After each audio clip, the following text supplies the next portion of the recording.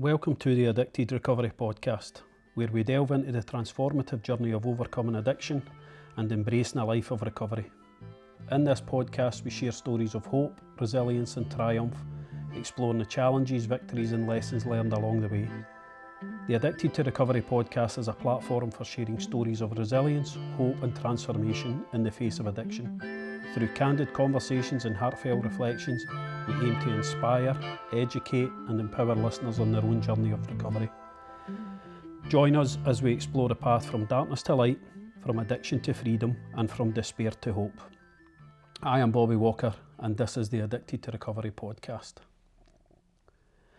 This podcast is a follow-up to my previous monologue, One Voice, Many Stories, about myself and my brother. In this episode, I will delve a bit deeper into the transformation this hideous disease has on the family. When I look back, this has been a long and bumpy road most of my adult life. So here goes. I've thought about giving up on him more times than I want to admit. Because how many times can you watch someone destroy themselves before you break too? How many times can you hold out a hand only for them to slap it away? How many times can you say, I love you, I'm here, please don't do this, before the words start to taste like ash? So yeah, there were days I walked away, days I told myself I can't do this anymore, days I let go, I wouldn't have to keep watching him slip further away, days I thought if he dies, then we can all move on and we don't have to put up with all this mess.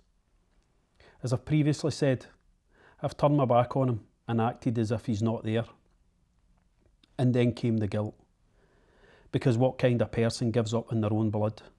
What kind of sibling walks away when their brother is drowning? But the thing is, I'm not proud of it. I'm not proud of the anger, the resentment, the nights I spent hating him for what he was doing to himself, to me, to the family. I say this to the Rocky Road Support Group. This group is here to help you be mentally and physically strong, because we need to be ready for that day our loved one asks for help, and we have to be there. What if we were not mentally ready to hear that statement again, and we're so down, and we tell them we're not interested, and this is the time they really mean it? They're rock bottom, they're end of the road. We tell them to beat it, and they think, what's the point then? And just continue their behaviours. Oh, I know we've heard it so many times. I need help, I want help, I'm ready to do this, only to be kicked in the gut when relapse happens. I hate it, and I hate it so much, but I won't let it win. Because I know my brother, I know the real him, the one buried underneath the cravings, the horrible place he's in, the one who used to make me laugh until my sides hurt, who protected people when we were younger, and who dreamed of doing something big with his life. I believe that person is still in there. I believe he's still fighting. And as long as he's fighting, I won't stop either.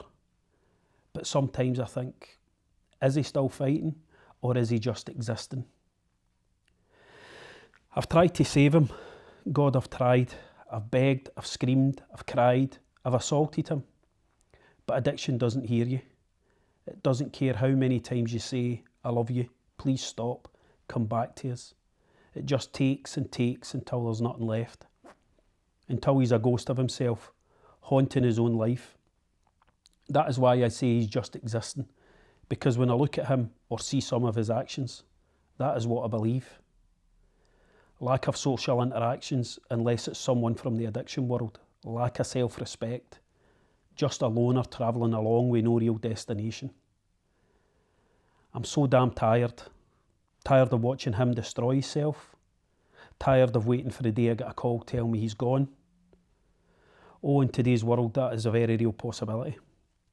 Tired of standing in the sidelines while addiction drags him under over and over again. I want to shake him. I want to scream in his face. Do you have any idea what you're doing to us, to me, to mum? I want to make him see what I see, that he's better than this, that he's worth more than this. But addiction doesn't care about worth. It doesn't care about love or family or the promises he swore to keep. It just sinks its claws in deeper, whispering in his ear that he's nothing without it, that he needs it, that it's the only thing that will ever make him feel okay. In my previous podcast, I said how addiction has changed me, but that is for others to decide. When I reflect, I do feel it's changed me. Sometimes I'm quick to judge. I don't suffer fools lightly. And I hate to see young people fall into the allure of alcohol and drugs when I could hold my brother up as an example of what this heinous thing does to you. In fact, I could use many people as examples of what this horrible thing has done to them. I sometimes wish you could take them to the local cemeteries and point out the people I've known who have been cut down in their prime. That is the frustration of this curse. There was a time when drug use was a secretive act, something that lived in the margins of society, spoken of in hushed tones or hidden behind closed doors. It was a subject laced with stigma, often associated with crime, rebellion, or moral failure. Those who engaged in it did so discreetly, fearing not only legal consequences, but also the judgment of their peers. Today the landscape looks very different. Conversations around drugs have moved from whispers to open discussions, from underground markets to regulated industries, and from condemnation to curiosity. Cannabis is now legal in many parts of the world. Psychedelic therapy is being explored for mental health treatment, and substances that once carried heavy social taboos are now part of mainstream conversations. This shift brings both progress and questions. On one hand, decriminalisation and scientific research have allowed for more informed, harm reduction focused approaches, replacing fear with understanding. Society is beginning to recognise that substance use is not a simple moral failing, but a complex human behaviour influenced by history, psychology and culture. Yet, as substances move into the realm of acceptance, there is a delicate balance to maintain. The same openness that fosters education and responsible use can also blur the lines, making casual use seem risk-free or even glamorous. What once was hidden is now accessible, but accessibility brings responsibility, both individually and collectively. Perhaps the real question is not whether drug use is hidden or accepted, but rather how we navigate this evolving landscape with awareness, wisdom and care. As the past informs the present, we are left to consider, what does true progress look like when it comes to society's relationship with substances? But for me, as time goes on and I don't really see any change, I wonder if my brother has missed the boat and nothing can be done to change things around awareness, wisdom and care. He has to want it, and more than that, not that there is an excuse as to why not. Emotion is not something I would say I'm good at. Only people close to me will maybe say something about my emotions. I can be angry, abrupt, standoffish, argumentative, and maybe cutting. And I'm not really describing myself in a good light. But again, in reflection, that is what I believe addiction has done to me. If I was to look at more positive qualities, I would say I'm loyal, I'm kind, hard-working, generous. But stripping things back, my brother's addiction seems to me to bring out the negative in me. I suppose in some way I'm laying the blame at my brother's addiction for my demeanour and the effect it has had on me and my family. This is why I continue to participate in my family support group, where I can be myself without judgment, and if I want to cry, be angry, or generally let off steam, then this is where I do it. Talking for me is a great therapy, and I've learned to be more open with my feelings and not be standoffish and closed. And I do this with my group, as I feel speaking with my family who are also going through this will not bring any closure to how I'm feeling. As time goes by and my participation in the group has evolved, I believe that my anger and resentment had subsided. But due to some personal things going on in my life, which has affected me and my brother, I realised that these feelings had not gone away. They were just being masked. This is something that I as a person will have to deal with going forward and work on. So again, reflecting, will they ever go away? Or will they just be under the surface ready to return when things get rubbish? This can also be true to say about addiction, that those cravings are just hidden under the surface, ready to return if things get rubbish. But only my brother can say that, as I'm only making assumptions. When addiction takes hold of a person, it doesn't just consume them, it spreads like ripples in the water, touching everyone around them. Yet, when the focus is on the one battling the substance use, the silent sufferers are often forgotten.